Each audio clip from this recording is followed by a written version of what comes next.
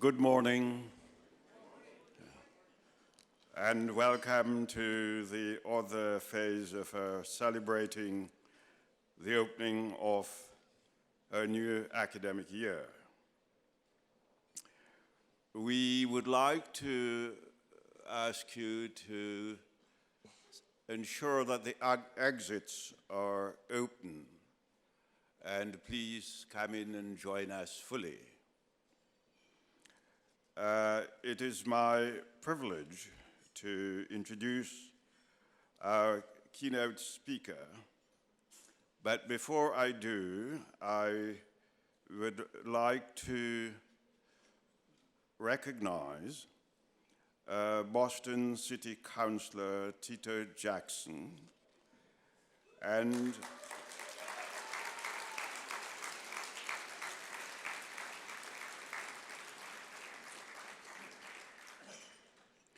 MTA President Barbara Maddaloni.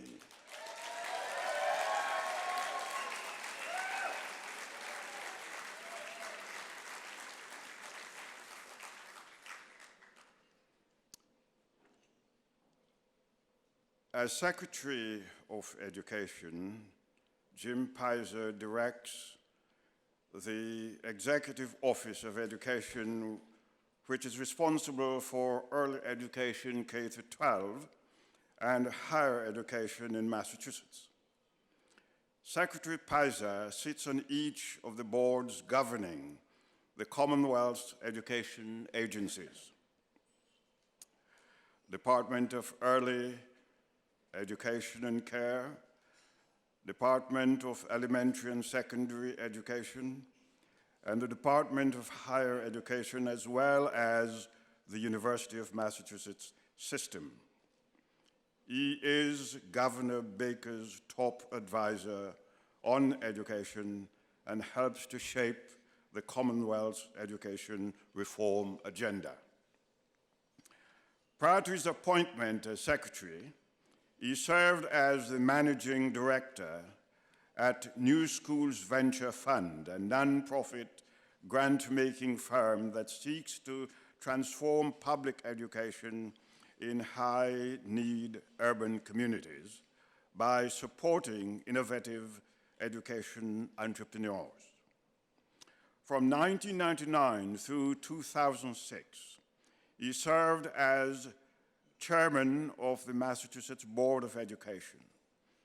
Prior to joining New Schools, Secretary Peyser was education advisor to Governors Bill Weld, Jane Swift, and Mitt Romney, where he helped to shape the state's policy regarding standards and assessment, school accountability, and charter schools.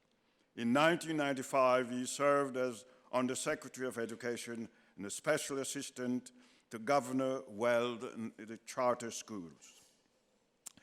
He previously spent 7 years as executive director of the Pioneer Institute for Policy Research, where he helped to launch the Massachusetts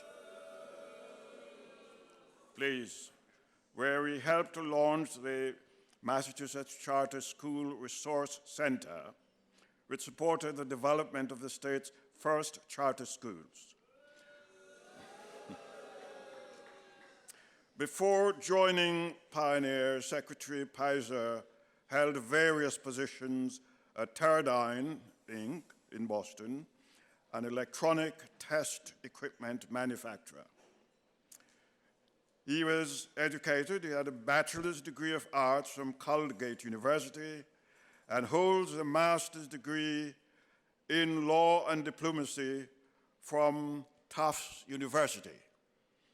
Given all of his activities, I think diplomatic skills are very, very important, but it also tells you that this area of activity allows for a broad universe of engagement. As time permits, he will entertain a few questions after his presentation. I have the privilege of presenting to you Secretary Peyser, who will speak with us this morning and perhaps early afternoon. Thank you.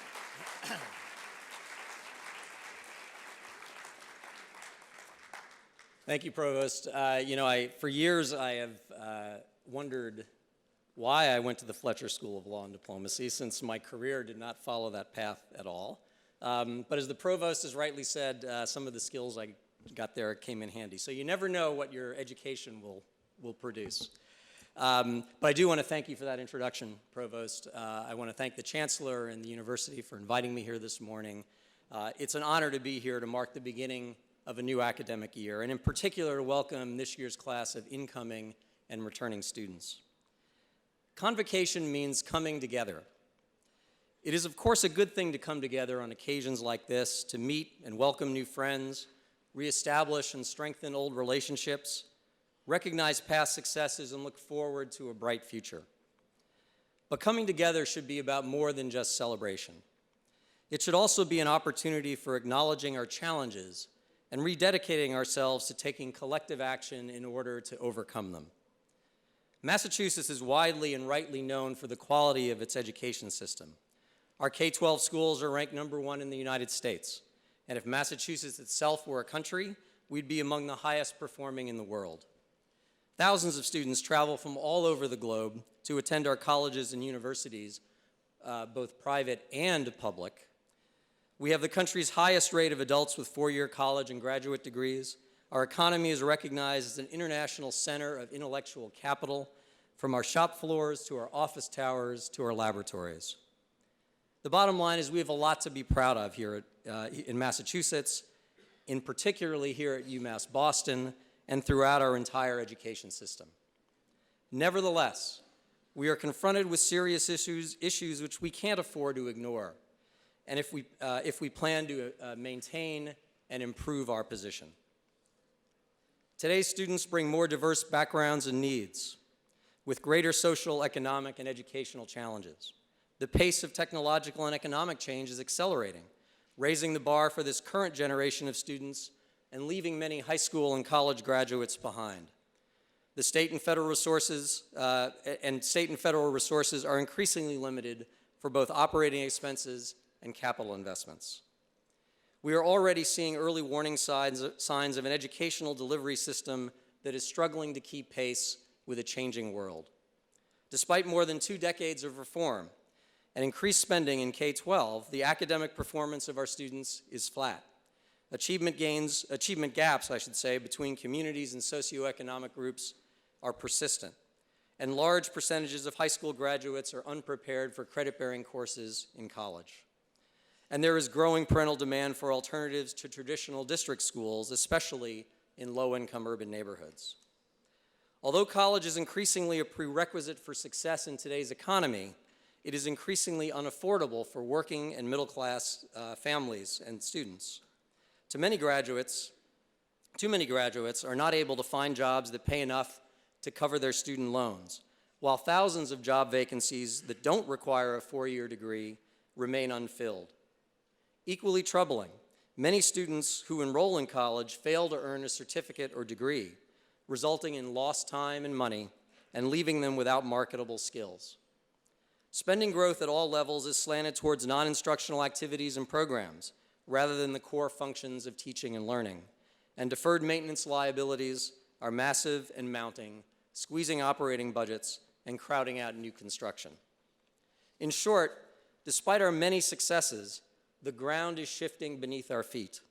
And unless we begin to develop some new ways of doing business, we may find ourselves in the middle of a crisis.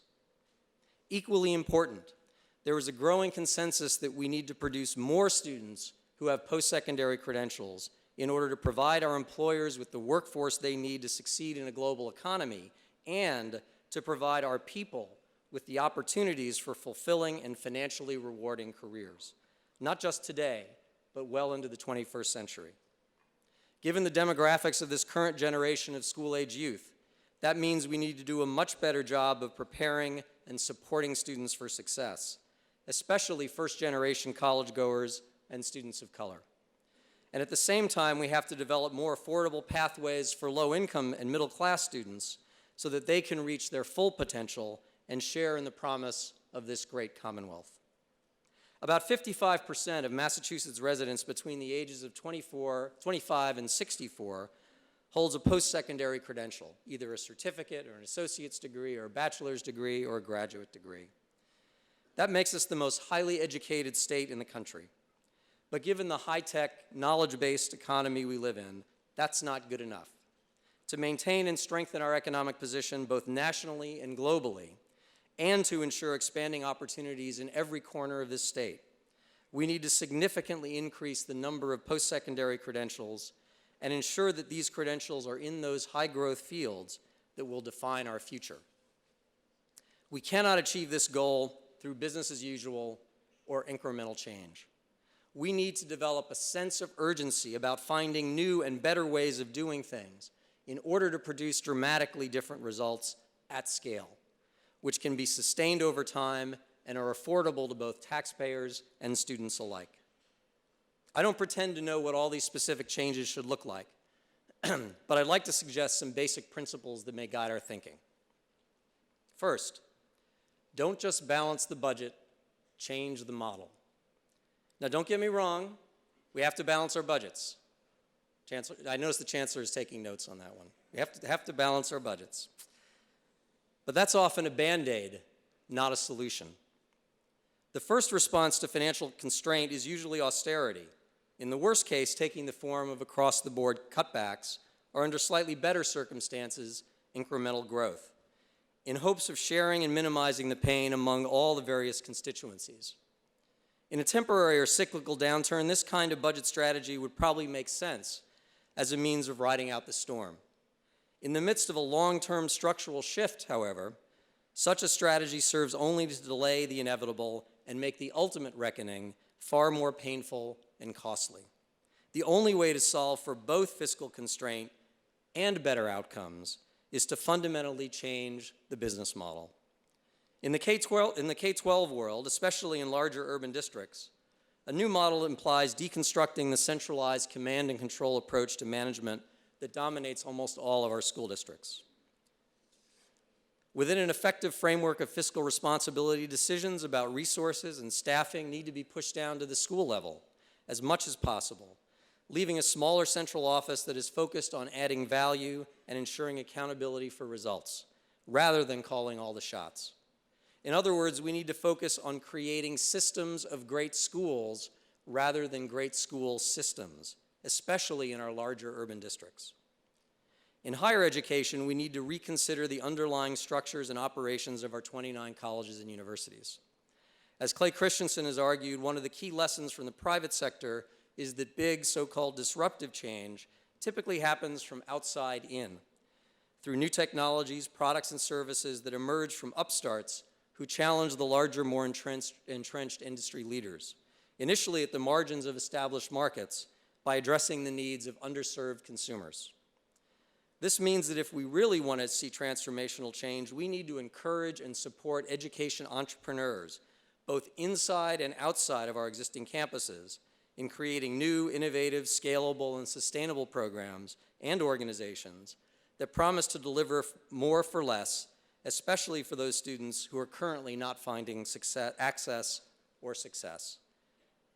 Online education appears to be one of those disruptive innovations, and UMass is already a leader, with over 70,000 students across the country and around the world. UMass Online not only provides a reliable revenue stream for the university, but it also provides students with more flexible and affordable access to course credits and degrees. Another example is Match Education, which has launched a partnership with College for America to provide Boston area students who have dropped out of college with an opportunity to complete their associate's or bachelor's degrees online in a highly supported environment, including focused career counseling and job placement services, all for a cost that is almost fully covered by Pell Grants. Although discussions about new educational approaches often revolve around online learning, changing the model is not just about technology-enabled programs. It can also include things like accelerated three-year degrees and cooperative learning. A notable example of what's possible is the partnership that was just announced between GE and Northeastern for a Bachelor's of Science in Advanced Manufacturing, a three-year degree program costing a total of just $30,000, initially targeted to GE employees, but ultimately open and available to a broader range of undergraduates. Second principle, get focused, grow what works, and stop doing what doesn't. With scarce resources, you can't afford to pour good money after bad into failed initiatives in an effort to fix what's broken. You also can't afford to keep marginal programs on life support in hopes that they'll eventually get better or bigger. Instead, the most productive way to spend and invest is to focus on what you do best and expand what's already working. Not every success is easy to replicate, and not every failure is easy to walk away from without creating painful dislocations for students and their families. Nevertheless, educational leaders need to be increasingly hard-headed when it comes to separating the wheat from the chaff.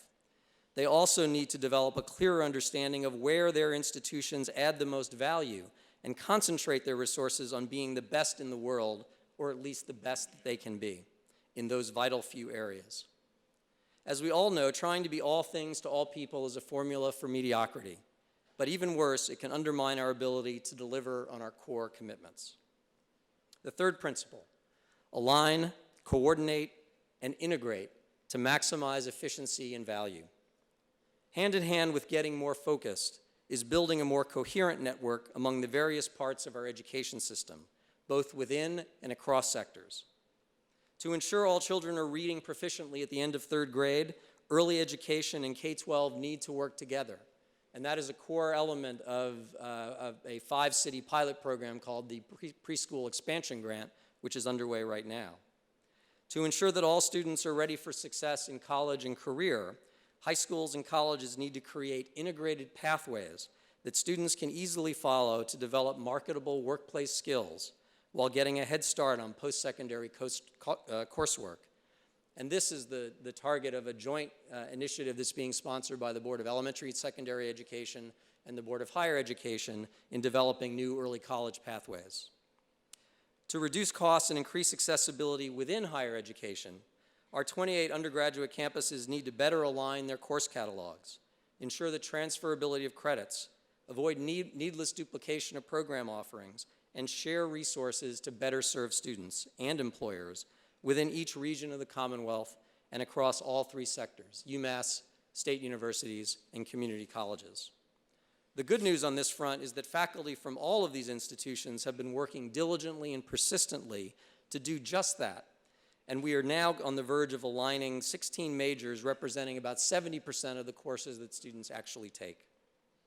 We recently made another important stride towards greater integration with the announcement of the Commonwealth Commitment, whereby the entire public higher education system has come together to establish a statewide credit transfer system, including significant savings of up to almost 50% for full-time students who first earn their associate's degree at any Massachusetts community college before enrolling in any 4-year college or university, including UMass. Within UMass, the 5 campuses are working together to identify system-wide efficiencies and savings through collaboration and shared services and key administrative functions like purchasing, energy, IT, and HR. These efforts have already saved tens of millions of dollars and promise to save even more in the future. A new initiative has just been launched to look for savings and opportunities through greater integration of academic programs across the campuses. Another example in a different part of our higher education system is the Communiversity initiative in Lynn, which is a collaboration between the City of Lynn, North Shore Community College, and Salem State to provide an accessible, affordable, and seamless pathway for students pursuing degrees and careers in information technology. The fourth principle, one size doesn't fit all, and it doesn't fit even most. The buzzword in education is personalization, which is a version of the more global trend towards mass customization. While there's more than a hint of faddishness to these terms, there's also an embedded kernel of truth. One of the greatest educational challenges, especially in high-need communities, is dealing with the wide range of students who come to school each day.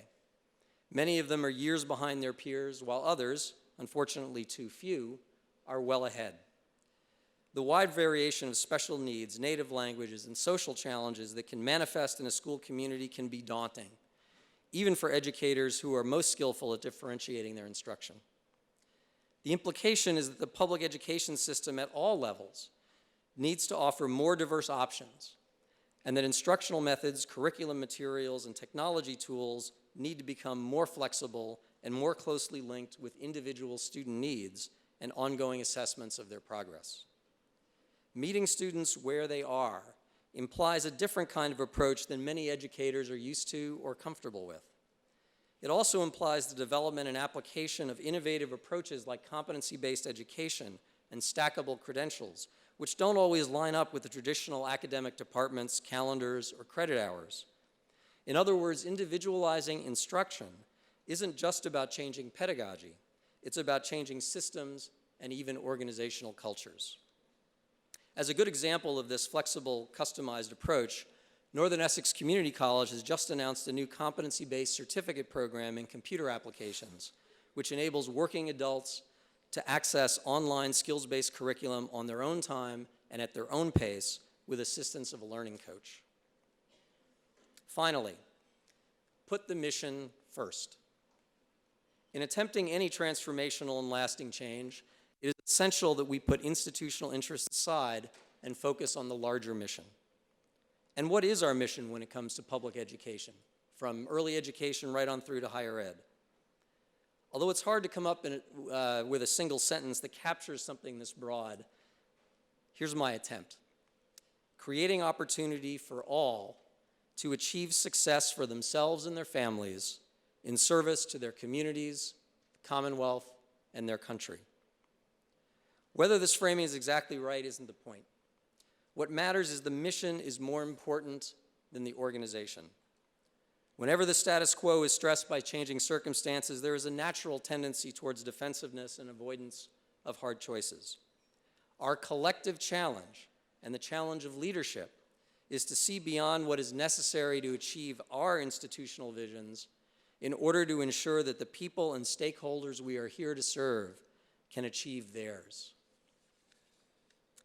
One example from the K-12 world is the Springfield Empowerment Zone, where the state, the district, the teachers union, and an independent nonprofit organization all came together to develop an autonomous but shared governance structure for Springfield's lowest performing middle schools, grounded in a commitment to school-based management and accountability with a mixture of both district and charter schools. UMass in general and UMass Boston in particular are on the rise, as this week's announcement of the 2016 U.S. News and World Report rankings so clearly shows. Enrollment is growing, quality is high and improving, and UMass's reputation across the country and around the world and in this city is steadily and deservedly gaining ground. Education writ large in Massachusetts leads the nation, and this campus, this university, is a big reason why. This moment of success and progress is precisely the time for reflection, planning, and action in order to respond deliberately and wisely to a rapidly changing environment and to move from strength to strength rather than react in a moment of crisis. Henry Ford said, "Coming together is a beginning.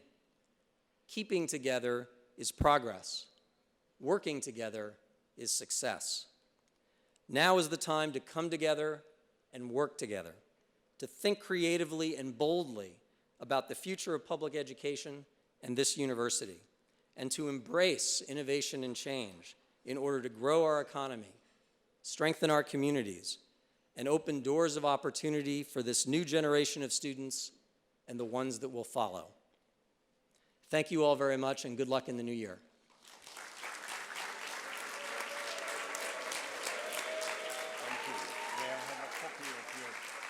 You may. I've got a few notes here. I'll edit it and I'll absolutely send it to you. Secretary Peyser will take a few questions.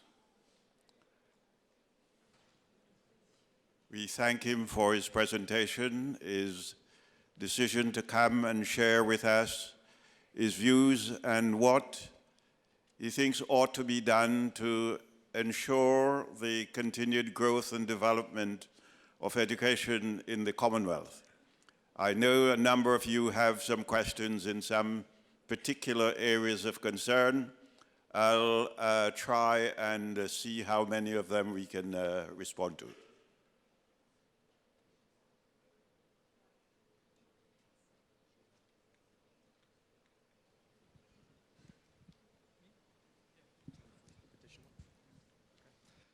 Good afternoon.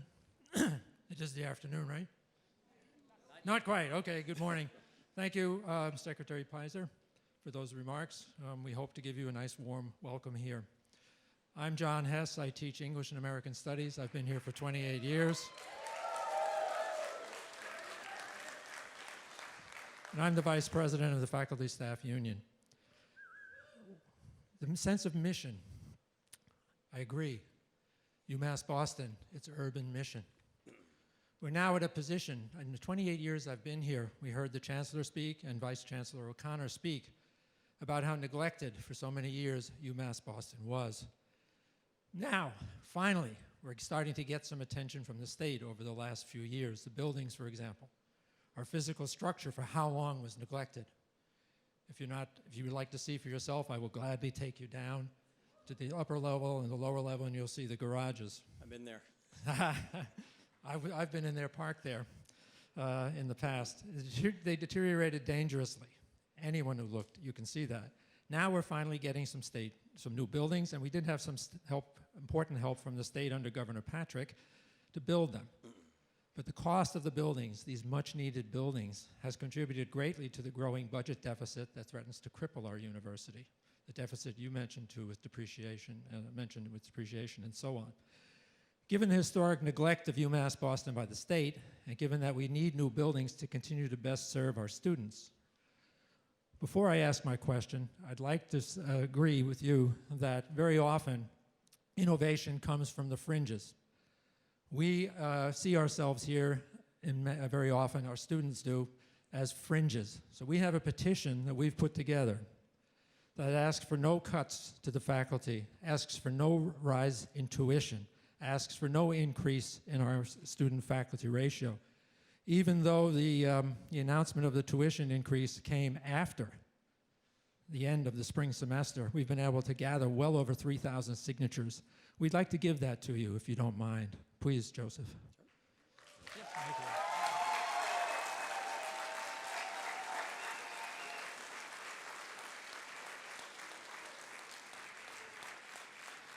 Now my question. Thank you, Secretary Peyser. Given the situation at UMass Boston, you mentioned accessibility. The Chancellor mentioned it a great deal. For me, accessibility also means affordability. I've seen faculty, the soul of this, the Chancellor speaks often, and I agree with him, of the teaching soul of the university. We've seen 397 or 8 faculty members, our most vulnerable faculty members, given notice of possible non-reappointment. This is a terrible, terrible thing. How are we going to continue access if you're continually raising tuition? How are we going to be able to teach our students and bring them to the point where they are indeed, where they already are, and we can continue the types of achievements that Chancellor Motley spoke so eloquently about, if we cannot guarantee or count on increased state aid to help pull us out of this crisis, continue to move us forward, and have us become, as the rest of the world will see, this incredible gem that exists here. So how can this be done in the absence of adequate state funding? Thank you.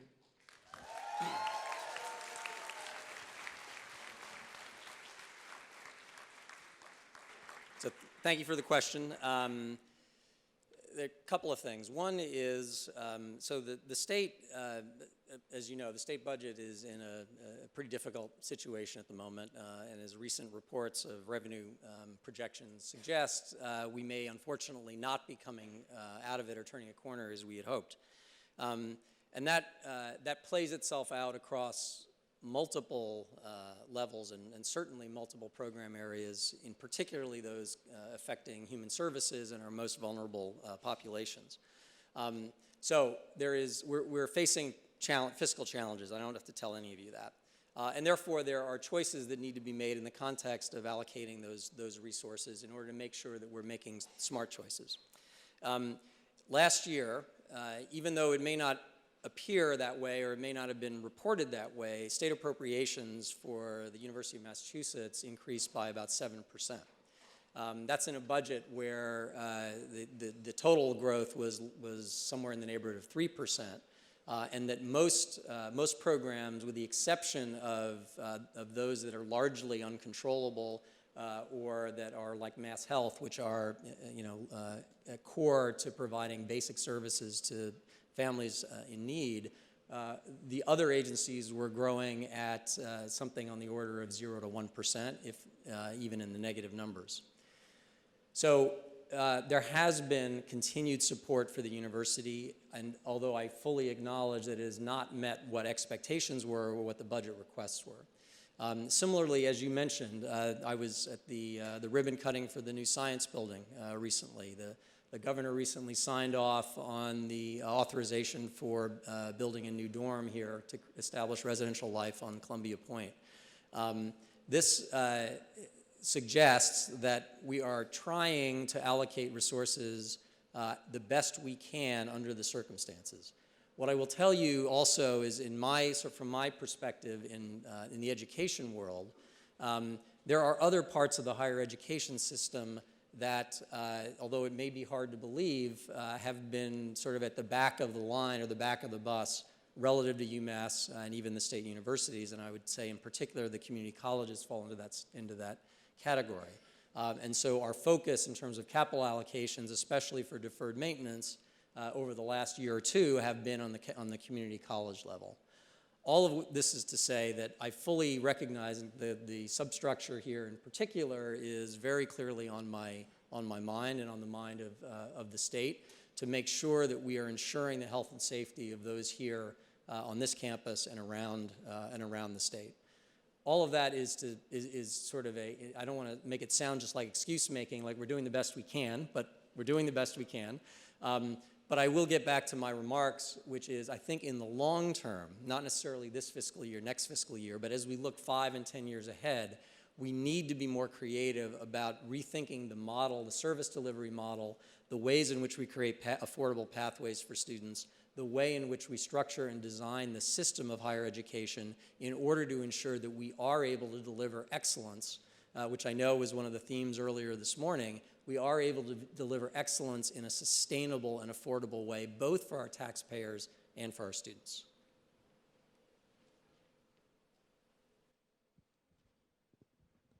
Thank you for taking questions. Could you identify yourself for us? Thank you. My name is Joe Ramsey. I teach here in the English and American Studies departments. I'm also Secretary Peyser, as you mentioned, Boston and Massachusetts are often thought of as leaders in the realm of higher education. But as you didn't mention, did I go out? I don't need it. But as you didn't mention, Massachusetts ranks near the bottom of all states in the nation when it comes to the per capita funding of public higher education, indexed against the total money in the state. It's back on? All right. Last time our researchers checked, we were 44th in the nation. In 2013, we were 48th. You paint a picture as if this is an inevitable situation. However, I don't think it is. Right now, there is legislation to change the state of Massachusetts Constitution to allow a 4% tax on income only over $1 million. It's with that money specifically earmarked for public education and something else that us UMass Boston people care a lot about, public transportation. As I'm sure you know, it's known as the Fair Share Amendment, and you have been outspoken against it despite representing public education. Look it up. Don't trust me. Look it up. We do our research here at UMass Boston. So my question for you is, do you still oppose the Fair Share Amendment? And my follow-up is, if you do not and continue to work actively against it, isn't it a bit disingenuous to point to a picture as inevitable?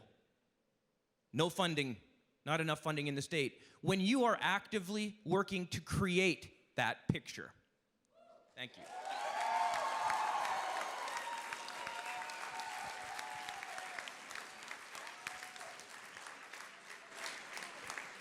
So thank you for the question. So my job is to work within the resources that we have. That's my job. My job is not to be sort of thinking about tax policy. That's not my bailiwick.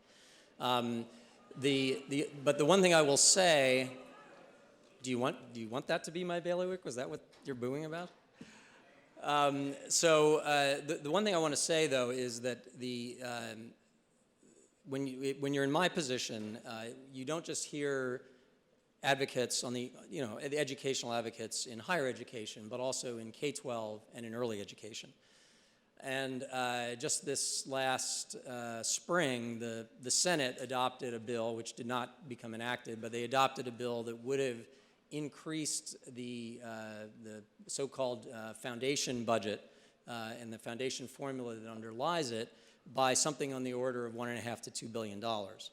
In early education, there are, if I could cite data about the level at which we are currently funding our providers relative to the median or relative to other private providers, and there's a large gap that we need to fill over time, as well as to address access and quality issues. Short form of all that is there are, within the education domain, there are many demands and many legitimate demands for resources. And the allocation of those resources can't just be towards one sector or the other. We need to think in a balanced way about how to effectively use those resources to have the biggest impact on the people and the families and the children who need it the most. Part of my job is to try to help in that balancing act. Obviously, the administration is one voice, the legislature is another. And I think we are working together under difficult circumstances, but on the other hand, I do think if you look at our resources as a whole, we are, relative to many other states, we are in a better position than you might think. And while it is challenging, I think we can do better.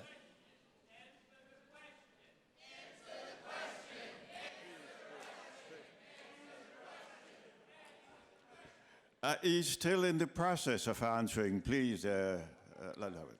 No, I'm actually done.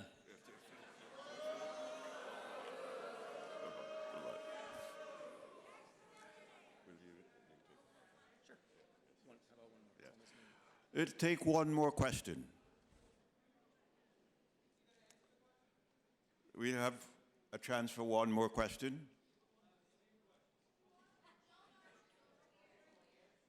Joan Archit.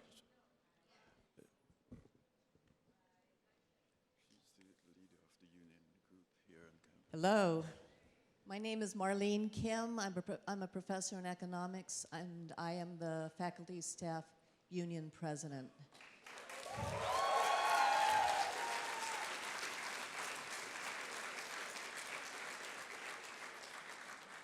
So the question that a lot of us have is the following, that given that state support has fallen over the years, tuition has increased and fees have increased a lot, student debt has increased, a lot of students cannot afford to come to UMass Boston anymore as a result, unfortunately.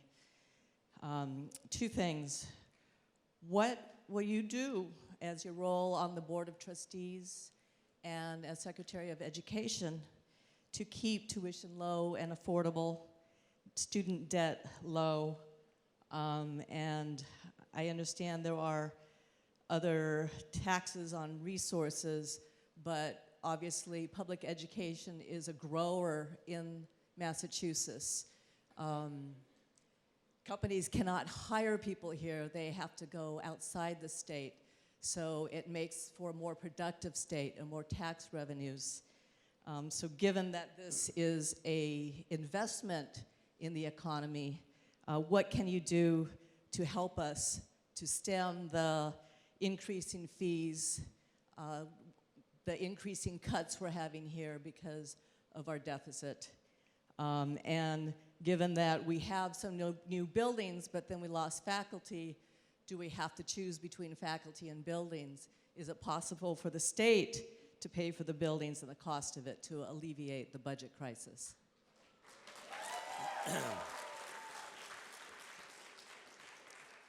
So there are, I guess, a lot of parts to that question. I think they all, in some ways, just get back to how do we effectively manage and allocate the resources we have.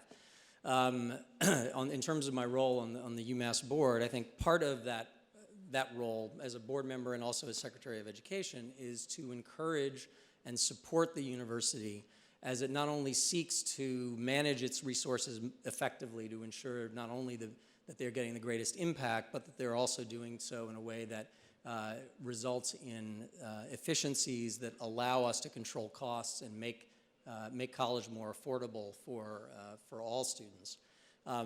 But to also encourage them, as again, getting back to my remarks, to encourage them to think creatively and innovatively about changing some of the basic delivery system models, about collaborating more across the system within UMass, across regions in all three sectors of state universities, community colleges, and UMass, of working together to create pathways for students, starting as early as high school, that allow them to get access to college credits and post-secondary credentials, that allow them to start building a culture of college going and allow them to defray some of the costs that they would otherwise experience before they even entered the doors here, to ensure that they can complete on time in a way that's affordable to them. Again, there are a lot of things that are certainly in play all the time. There are always discussions around how best to allocate resources from one category to another, from scholarships to operating dollars to capital dollars, and it's a balancing act to try to figure out what the right solution is. And my job is to be one of those voices, along with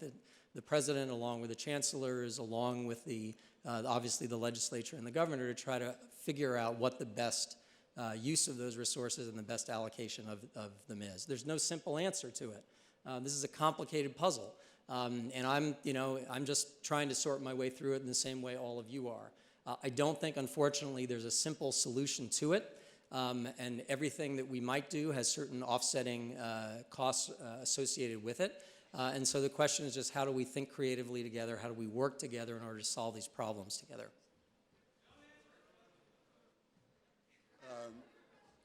So, welcome to the University of Massachusetts, Boston.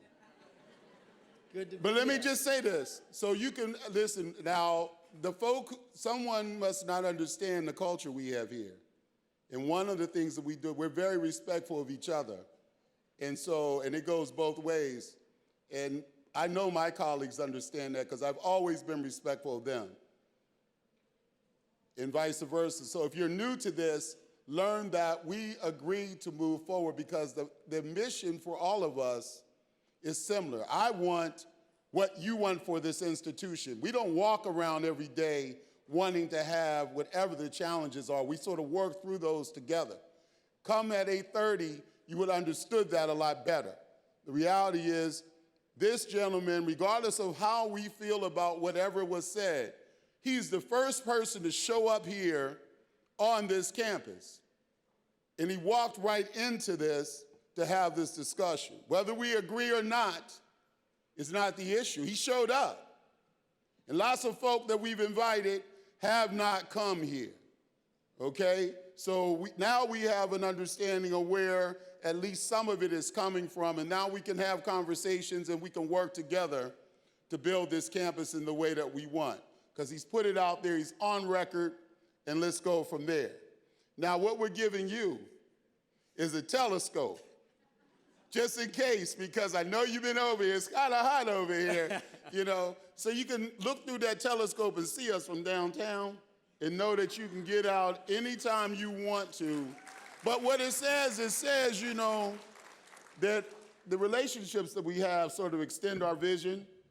So let's build on that relationship starting today. So thank you to my colleagues. I'm so grateful for you because you help make this institution what it is.